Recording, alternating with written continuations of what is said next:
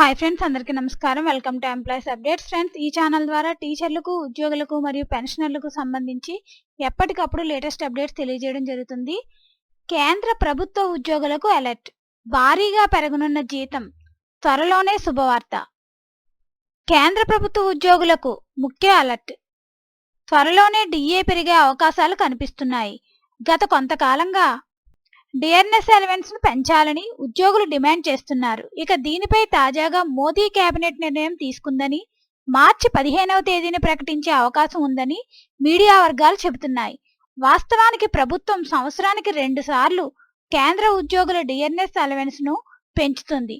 ద్రవ్యోల్బణాన్ని ఎదుర్కొనడానికి ప్రభుత్వం ఎప్పటికప్పుడు డిఆర్ఎస్ అలవెన్స్ ను సవరించాలి. కేంద్ర ప్రభుత్వ ఉద్యోగులు డిఏ సంవత్సరం మొదటి నెలలో జూలైలో ఇలా 2 సార్లు పెరుగుతుంది. ఇక ఈ ఏడాది డిఆర్ఎస్ అలవెన్స్ జనవరిలో పెరగాల్సి ఉండగా ఆ అంశంపై ఇప్పటి వరకు కేంద్రం నుంచి ఏ ప్రకటన వెలువడలేదు. మరోవైపు మార్చి 1న ఉద్యోగులకు డిఏ పెంచుతూ మోదీ కేబినెట్ నిర్ణయం తీసుకుంది. అయితే ఈ ప్రతిపాదనను ప్రభుత్వం మాత్రం ఇంకా ఆమోదించాల్సి ఉంది. ఈ ప్రకటన మార్చి 15న వెలువడే ఛాన్స్ ఉందని భావిస్తున్నారు. ఒకవేళ ఇదే జరిగితే కోట్లాది మంది కేంద్ర ఉద్యోగులు జనవరి నుంచి పెంచిన డిఏ మొత్తాన్ని పొందే అవకాశం ఉంటుంది. ఇంతకు ముందు కేంద్ర ఉద్యోగుల కరువు భత్యాన్ని ప్రభుత్వం 4% పెంచింది.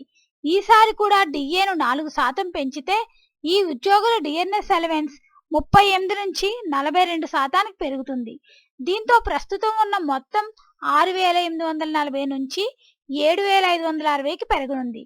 ఈ నేపథ్యంలో 7,560 × 12 90,720 పెరుగుతాయి. అంటే ప్రతి ఉద్యోగి వార్షిక వేతనంలో దాదాపు 90,000 రూపాయల మేరకు పడనున్నాయి. ఈ వీడియో కనుక మీకు నచ్చినట్లయితే లైక్ చేయండి, షేర్ చేయండి, అలాగే మన ఛానల్ సబ్స్క్రైబ్ చేసుకోండి. Thanks for watching this video.